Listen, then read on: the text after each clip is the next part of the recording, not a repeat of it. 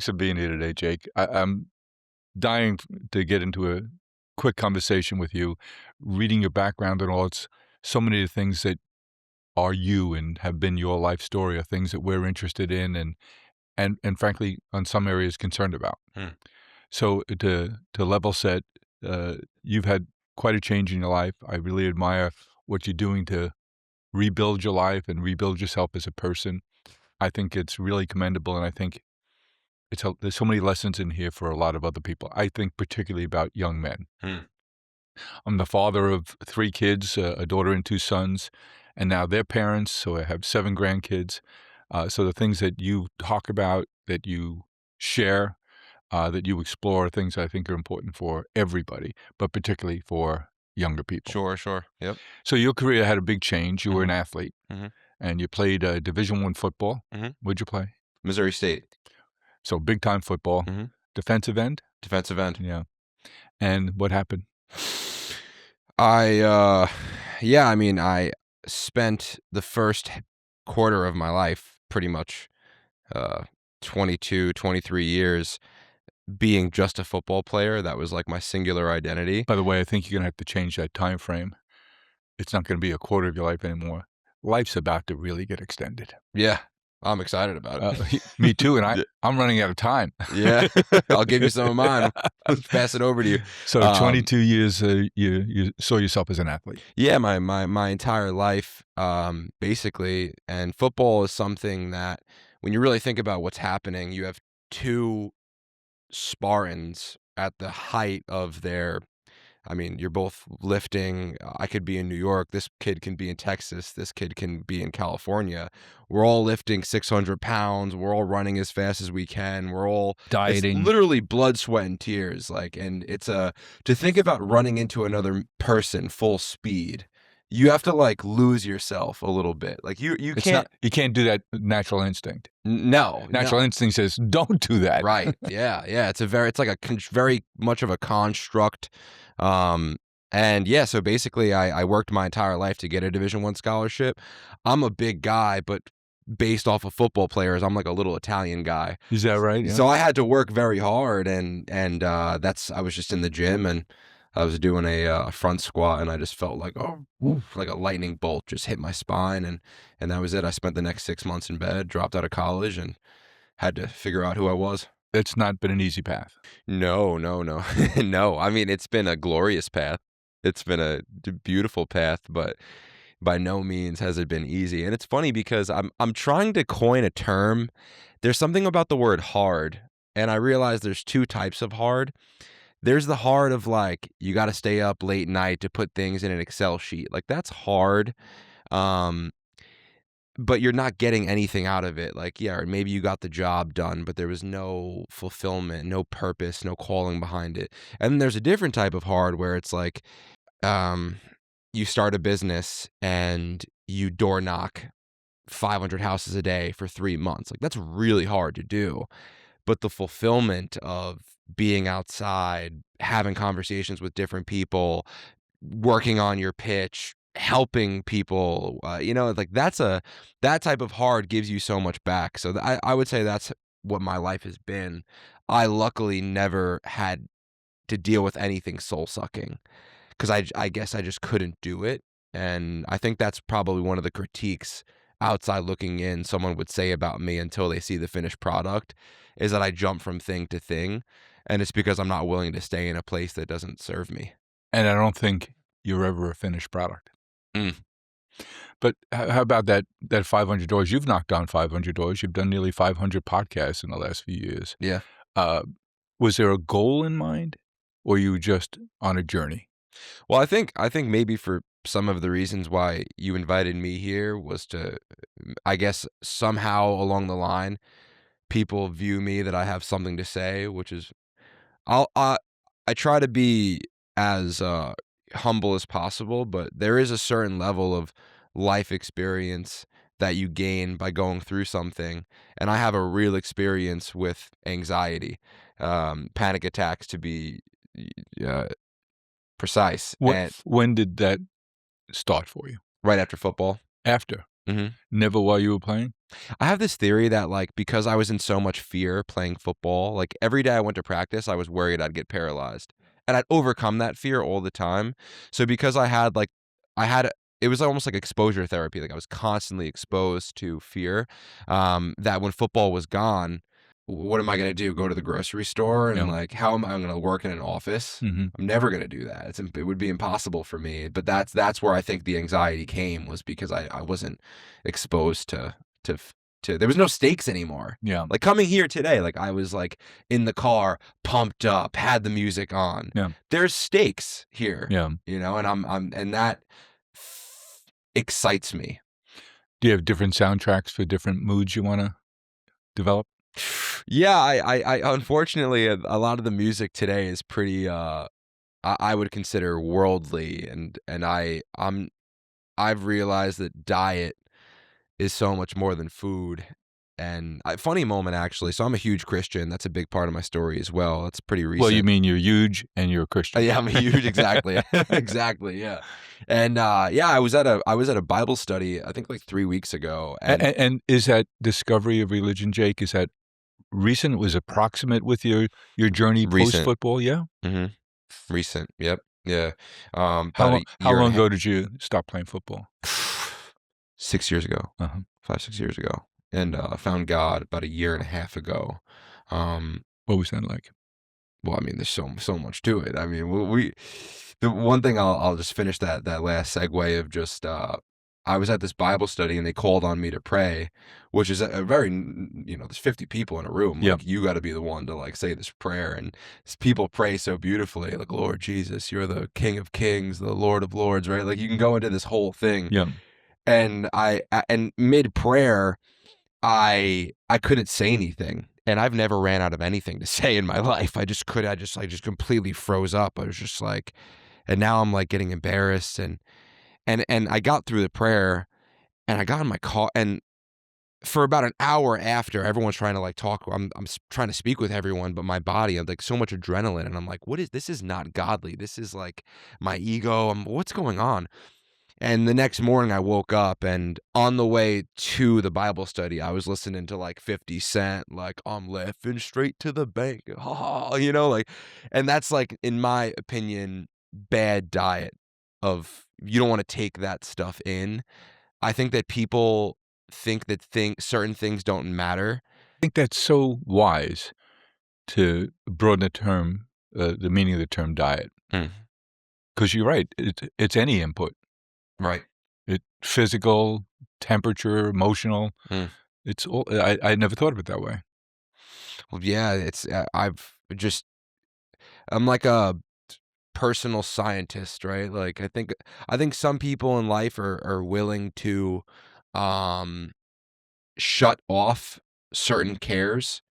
But I'm not willing, like, one of the things I always hated when I first got anxiety, everyone was like, "All right, well, let's cope now. Like, this is going to be a lifelong thing and we're going to have to just learn how to accept this." And I was like, I wanna kill myself. Like, Yeah, I'm not learning how to accept this, yeah. like, that I'm never gonna be okay with that, and I just decided that although the overwhelming opinion is like, "This is chronic, this is gonna be forever," I've continuously saw in my life that, first of all, no one's able to tell you what you can or can't do depending on your potential. No one understands your true limitations, and people underestimate, like you, this company did over $1 billion last year. I'm sure when you started, you know, people in your path were like, "Oh, like flower business, ha ha," and It's like, I still hear the ha-has. but it's not to prove anyone wrong. It's just like, how are we? That's a limiting view of human nature and well, it's a limiting view Well, first of of all, the people have an opinion about what you can do today. Mhm. The answer's gotta be different tomorrow because 'cause you're not the same person. Right, So, boundaries change. yeah. Is it not forever? Is it not chronic? No, not even a little bit. I'm 100% healed from my anxiety. I haven't had a panic attack in 5 years, and I was getting them every other day, like going to the hospital every other day. Really? I can't even, and I could feel, like, the urge of a panic attack, like, I had health anxiety, so I would, start feeling, like, a pain in my chest, and I would just be utterly convinced that it was a heart This is attack. it, yeah. Yeah, like, this is I'm gonna die, and, through, self-awareness and meditation and things like that, I've just learned that you're not your thoughts, and what a freeing thing that was because, um, even I as a Christian now, like, I believe the devil is the great accuser, and, step 1 for me was realizing I'm not my thoughts, which can be good for you until you're having a panic attack, and then that thought goes out the window, Yep. but Rationality goes away. oh, yeah, no, because yeah, exactly, it's completely irrational, and I just think that there evil does exist in the world, and why would my mind attack itself to the point attack anyone where they don't wanna leave the house? You could view that as like a evolutionary biological impulse that the brain has learned, but I choose to believe it's purely evil. When you first started having these panic attacks, Mhm. what'd you do to get help? You said you'd been to the emergency room. What are they able to do for you there? Well, Maybe just tell you you're not having a heart attack? yeah, that was it. Yeah, they hook up a EKG and Yeah, then yeah, that was pretty much it. but they're not able to help else otherwise? No, I mean, they That said that that's my question. What do you do? What does your family do when they see you suffering like that? What can they do? although you may not have experienced anxiety or a panic attack yet in your life, because for the first 22 years of my life, I never experienced anxiety. I thought it was fake. So although you may never have experienced that thing, it doesn't mean it doesn't exist. So I would say step 1 is getting that whoever that person is to understand that it really is a real thing. Um, Step 2, uh, man, I mean, everyone's going to be different. I mean, I can tell you what worked for me. Um, uh, I just think, Jake, there's a lot of people who are going through what you went through, mhm. and the people around them just don't know what to do. Yeah, well, that's They yeah, wanna do something. They right. wanna do, but okay, what worked for you? Maybe that'll be helpful. Yeah, you got you got when you're crippled, you got 1% left. That's all you got. So sorry to keep mentioning this, but like I just it's what I believe is the ultimate wisdom now. Like the reason why I'm not a fan of sinning is because I believe that the original word for sin was something along the lines of like um division. It divides you. When you Mhm. sin, you get divided against yourself. So how am I supposed to be You're violating your own code.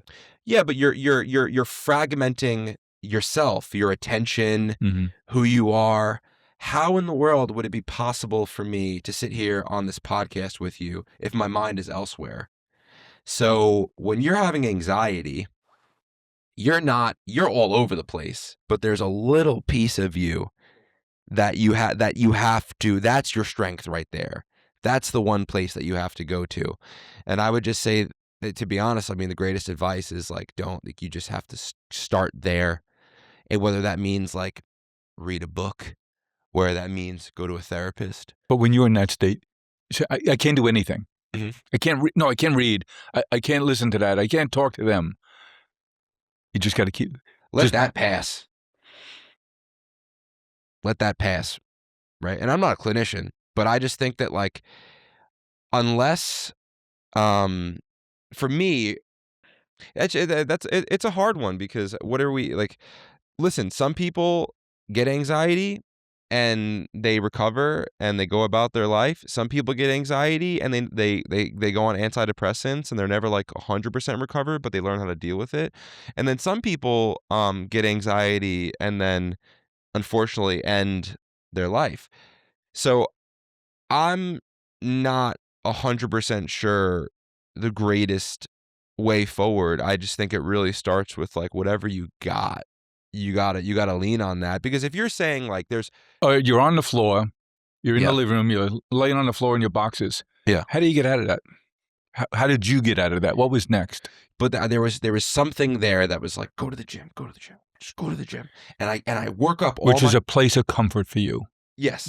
your familiar comfort, that's who you were. Yes. Just get there. Even though it's gonna be hell, just get there. It's gonna be hell. And it was hell. And I get to the gym and I'm crying the whole way there. I'm at Lifetime Fitness. Like people die to go to Lifetime. It's a beautiful gym. And I'm just like, don't no one talk to me. No, I hope no one sees me. Like just like trying to get to the sauna as fast as possible. Like get me. And then I boom, I bump into a friend and I remember he had anxiety growing up, and we always used to make fun of him because, like, that 16-year-old kids, like, I was a jock. Like, we're making fun of kids that go to therapy. And I bump into this kid, like, act of God, and he tells me he's in, like, this philosophy class, and he mentions 4 books to me. One was The Alchemist, one was The Way of the Peaceful Warrior, and I believe there was 2 other books. And, I I I'm like, "Alright." So I take the advice. But I'm still at the gym, and this song comes on called "Cancer" by My Chemical Romance, and the lyrics is like, I'm losing someone to cancer, and I left the gym, and I pulled over to the side of the road, and this is, like, the most hysterical I've ever been in my entire life, just, like, I can't thinking about my parents, thinking about my parents, like, this is the same thing as me of someone dying of cancer, like, I'm going to die. And the way the lyrics were just piercing my soul. And I said, you know what? F this. I drove to Barnes and Noble, Garden City. It took everything I had. Like I was like, this is the last of what I had. I bought a book by David Goggins called Can't Hurt Me. And I started there. And the reason why I chose that was because I'm a savage athlete football player. Like I needed a man. Like I needed a coach. I didn't need like it's gonna be okay. And no, it's not. I needed like get up, you know. So that's how I got through it. Was I read that and it took everything out of me. But then I was able to leave my house again. All right, that was a win. Okay, so then I read The Alchemist, and then I'm able to get a job again. And then I read another book, and then basically, it got to the point where my life was hard. I had even the job that I was at, I would sometimes call my mom and she'd come hold my hand behind my back without other people seeing. Like, cause that's really where I was at. But then after 6 months of doing that, I was just very blessed to find something called spirituality. That was where I learned you're not your thoughts. And then once I realized I wasn't my thoughts, What was your path to spirituality? So the it's an interaction with somebody or a group of somebody's that said, "Maybe I ought to look into this?" it was really the book The Alchemist. Really? I would say that's like spirituality 101. That's the starter pack. Uh-huh. And that was it. Wow. And I just started there. I read The Alchemist, I read The Untethered Soul, I read The Power of Now. I got deep. I went like Bhagavad Gita, it's a Hindu text. I read the Tao Te Ching, it's a Taoist text. Vasista's Yoga, which is a heavy hitter. Like I went like anything from like practical Tony Robbins. You used to do in the gym, Mhm. you're now doing you when you put your mind to something, you go all in. It sounds like you decide to go all in on fixing yourself. Yeah. Set the stage for delicious moments this spring, complete with gourmet food and premium wine. From the first sip to the last bite, you'll find everything you need to make family dinners and celebrations memorable. Spirituality, being a young man, is maybe you're more sensitive to it now, but are more and more people looking for faith, re-exploring the idea of faith? Yeah, I mean it's everywhere. It's like one thing I'd say now is like I wish I prayed. Like why like cuz that's the thing like so here's a crazy thought. Either God's real or he isn't. And then you have to make a decision about who God is. Is God Muhammad? Is God Jesus Christ? Is God, the air and the bees and the mother nature? Like, yeah. So now you have to okay, so then it gets like a little bit more complicated there. But like in my worldview, what I believe is the truth is that Jesus Christ is the Son of God, sent by his Father to redeem humanity back to goodness um, through taking up all of the sins of the world, past, present, and future, casting them on the cross, dying for our sins, so that we can go to heaven with God. So that's my worldview. That's what I believe is the truth. And if that is the truth, all I would have had to do at that time is just pray, because that's the Christian belief in anything. I don't believe that a man is strong because of, well, actually it's actually impossible for men to be strong when you think about the greatest Olympian, the greatest NFL player, the greatest um whatever will someday be old and die. And when you really think about these strong epic men, you get to a point where like you can't even pee unassisted. What did your strength really matter? So I would define strength as reliance on God. The most important Christian teaching, well, yeah, I guess, is the Sermon on the Mount, and Jesus starts it off with "Blessed are the poor in spirit." What it means to be poor in spirit is like, I have nothing to give you. I'm poor. I don't have anything for you. It's not humility. Humility is like I might have something, but I'm not going to position myself high. I'm not going to boast myself. Poor in spirit means like I need you. And that if you approach God like that, there's no way he's not going to answer you. I'm encouraged by the fact that I see more and more young people. I'm assuming you grew up Catholic, Mhm. as did I. And I just had this conversation with a new friend yesterday about my wife and I felt like we really didn't do a good enough job of exposing our kids to faith when they Mhm. were growing up. But I'm really encouraged now that they're all seen to be independently pursuing the idea of faith in Amen. a different way with their families, Mhm. and I'm really encouraged by it. And because I see that proximate, I think I see it more broadly that people are saying, we've gone too far in a pendulum of assuming that we're godlike creatures ourselves and that there isn't a higher power. Mhm. And so I'm Right. encouraged by that. But I'm assuming you're seeing that in your life among your peers. I feel like it's the matrix to not question life and what's going on. And that's why it's beautiful to even like I went to Bible college this past semester, and I started learning about history and becoming fascinated with history in general and not just like Bible history.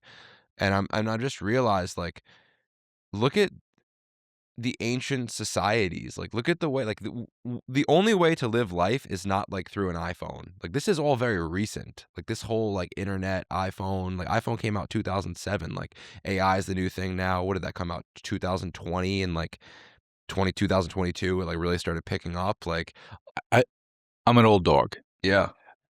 and our company has been a product of embracing new technologies. I just met with my son and our head of AI technologies here, and uh, it was a great conversation. I got really excited about all the things they're looking at and doing and Mhm. implementing.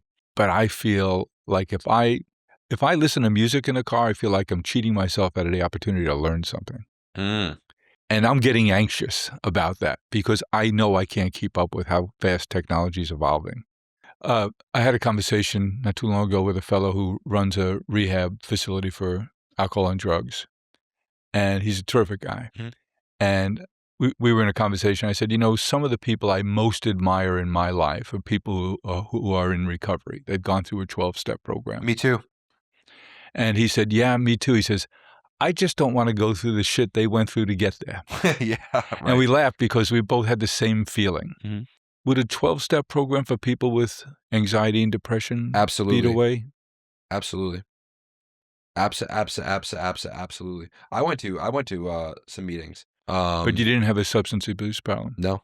but that you found the community and the meetings helpful. Yeah, I found just the step of going to the meetings, Yeah. and this why is AA so effective? Because of the steps, and Yeah. what is like the first 3 steps are like surrendering to a higher power. Yeah.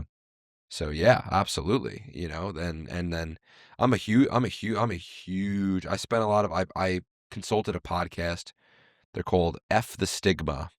I don't like the name, but they that was they're a nonprofit in Baltimore, and they are all former addicts, all in recovery, and I got to travel the country with them for 6 months, producing their podcast, Wow. and I learned a ton about recovery. Well, One of that's an activity that's checking a lot of boxes, huh? Oh, it was everything. It was Making a amazing. living, growing, learning, It was amazing, and they killed it. forming new They relationships. did like they did like we got them 500,000 followers in 6 months, and they did over 75 million views.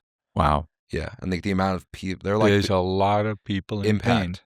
Yeah, oh yeah, and the stories like that was cool. Like, man, we heard this. There's a story of a doctor that this is the disease of addiction.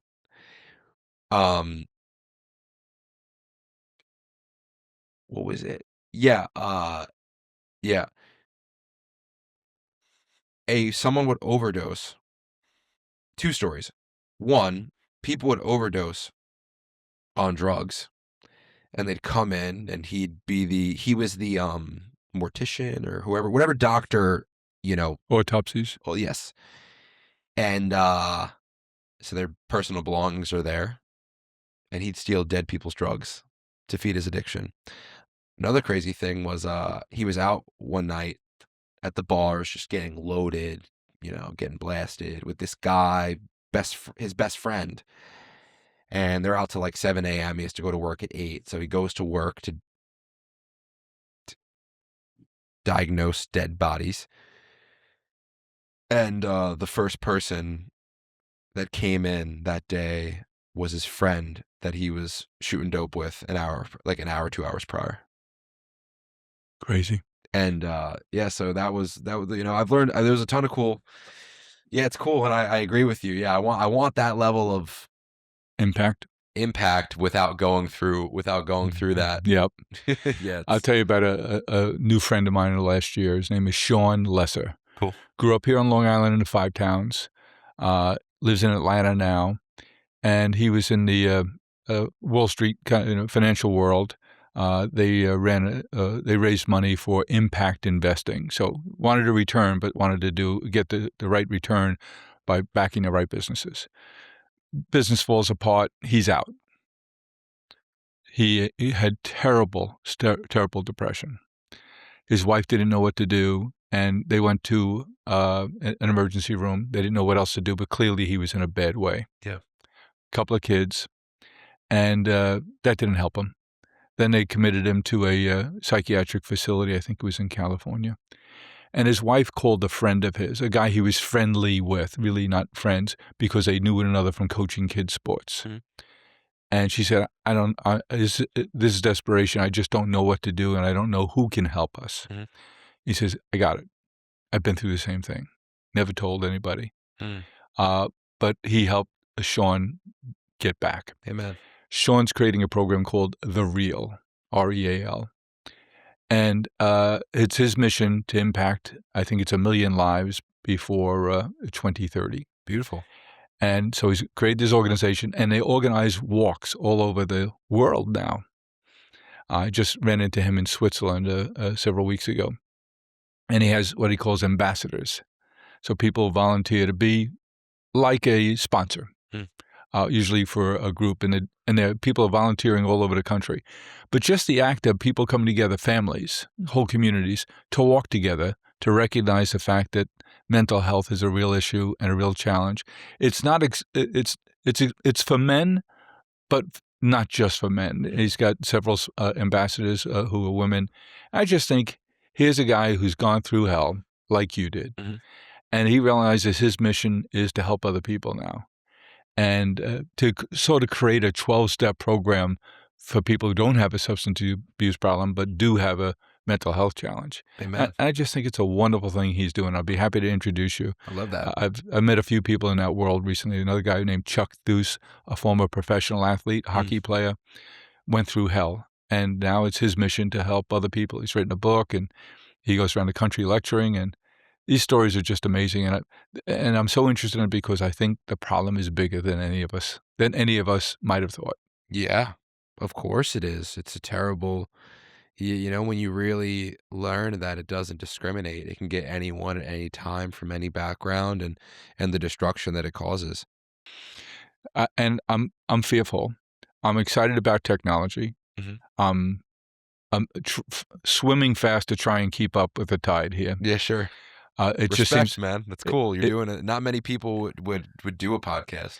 but it's hard to keep up. And so my concern is, before you said you were looking for a phrase to capture what you were talking about. I'm looking for a brief description of this situation. I think we're all standing on this side of the river Mhm. in our world as we know it today. And we see on the other side of the river that there's amazing things that can happen in health, in sciences, using this new AI technology.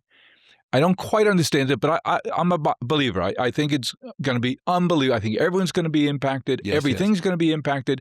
And there's some wonderful things that can happen. Not just, but there are a lot of wonderful. So I have to believe. But there's no bridge, and that water is moving fast. So we're not all going to get to the other side in the same way or at all.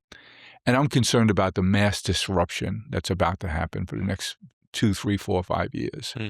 I think a lot of people are going to become anxious. People who thought they were I graduated with a degree in computer science. I'm a good coder. I'm rock solid. What's that? You don't need coders I anymore. know.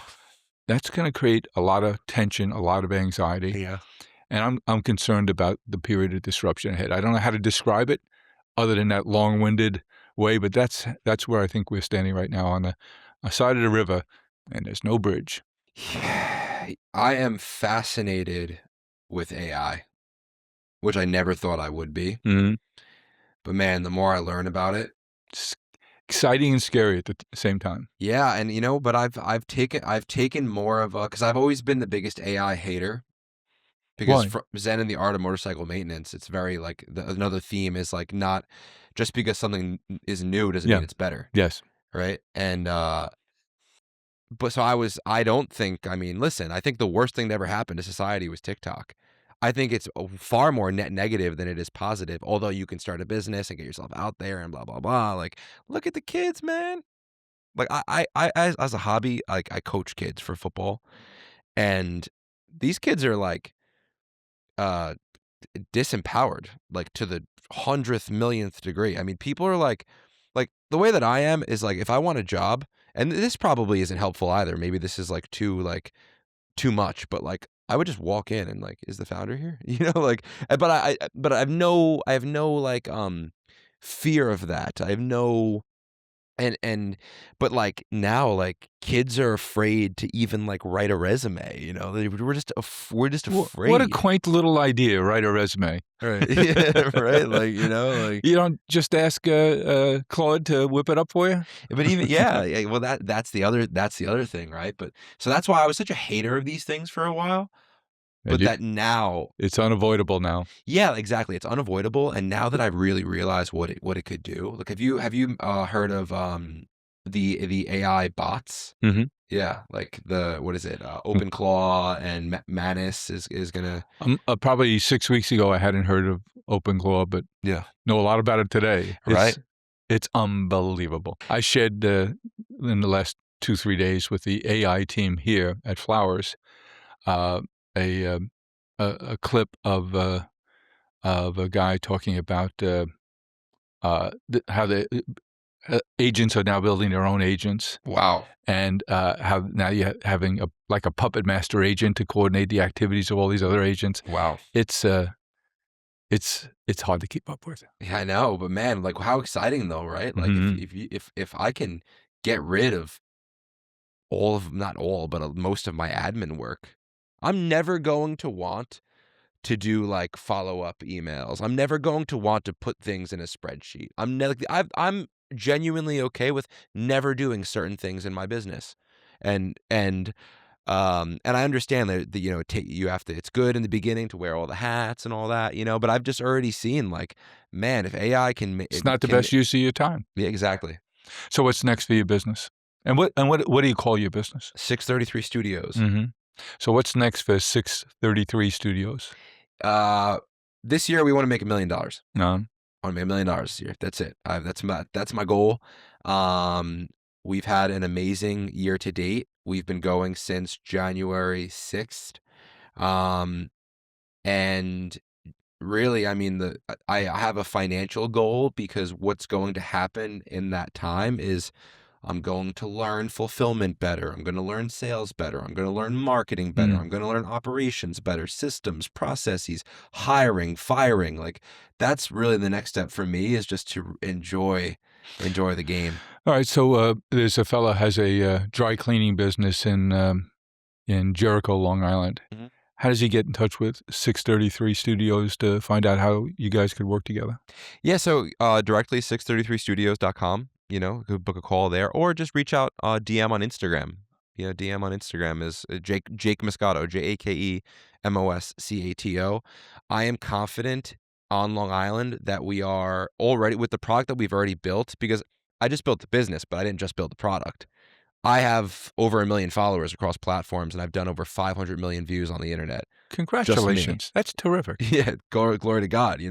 So I understand how to grow on social media. Yeah, I'm like a little bit of a savant when it comes to it, but yeah. it's also not really that hard, Mhm. but it's yeah, but so I just figured like, okay, well, the dry cleaner needs this. Yes. The med, I'm going to a med spa after this. They need this. One of my clients is actually a plant and tree nursery, Mhm. East End Trees, Yep. and they need this. So what'd you do for them? Most important thing. So we start April 1st is the official shoot date. Um, we closed like 3 weeks ago. Most important part for that separates my company and what I Mm. do Yeah. is strategy. Everything is strategy. Before I turn a camera on, I get a Harvard MBA in plant and tree nursery content. So that was step one. It's understanding, going on every single social media platform, using AI, using what I understand, like a madman scientist losing sleep over, okay, these hooks work better, this type of body, these are ads that work, this is the organic, blah, blah, blah. My philosophy at my company is educational content, because there's a massive trust problem in the world. So how do you build trust? Well, the good news is you built a huge company, so people trust you. We don't follow Bill Gates and Steve Jobs, and rest in peace, and Elon Musk, because they built a social media following. We follow them because they built huge companies, so we trust what they say. So I'm a huge believer for any business owner. Educational content is so important. So what we've done is I've learned. And it's a way to differentiate yourself. You earn by serving your community, Mhm. you earn their attention. Yes, exactly. Yeah, and that's free game. Like people, that's how I see the most effective brands growing in a way that creates influence. Alex Ramosi has a good definition of influence. It's high likelihood of solicitation with requests, Mhm. and that's I've seen that. Like I'm very grateful that I've built influence, and that's what we want to do with these business owners. It's not just like post some viral TikToks. Yeah. Anyone can go viral. Like I could Mhm. flip this table over right now on the podcast and punch you in the face, and it'd probably go viral. But like I also might get arrested, and I'd rather you not, but yeah, but I'm just saying, like, by going viral is easy. yeah. The hard part is building a trust machine, building authority. So what we've done with him is I've learned it. I educated him on it.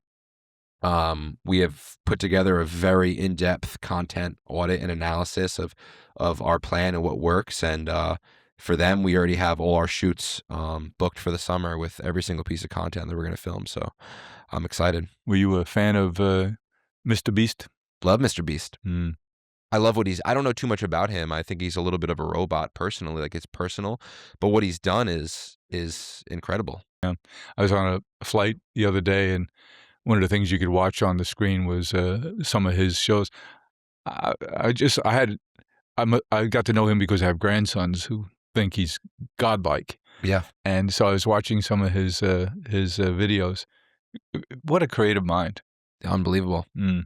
unbelievable. He People are gonna be saying that about Jake's Zone too. oh yeah, glory, I hope, glory to God. I hope, Mm. man. It's that's the fun thing. Like you can check into this thing is scary. I don't want this thing to happen. AI, Pull blah the blah covers over blah. your head. But or you can embrace what it actually It can do can do. what?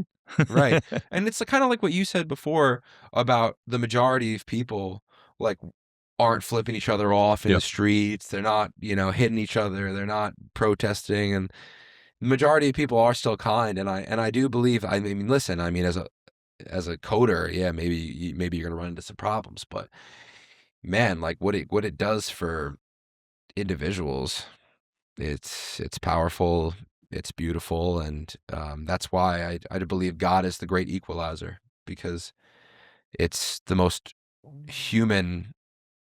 If we're made in His image, it's the most human thing that could possibly exist, and you're never going to get swept away in the fear of technology, and you're never going to choose like to live in like Ready Player One. Yeah. You know, you're not going to choose. Why would I choose to live in this matrix lifestyle if I create a beautiful reality for myself? Mhm. Jake, thanks for sharing your story with us. I was looking forward to this, and I was underestimating how much fun it would be to talk to you. Oh, thank you so much. I'm very honored to be on the show. I'm very thankful, and I hope to have you on my podcast I someday as well. I hope you continue to have impact. Thanks, Jake. Thank you.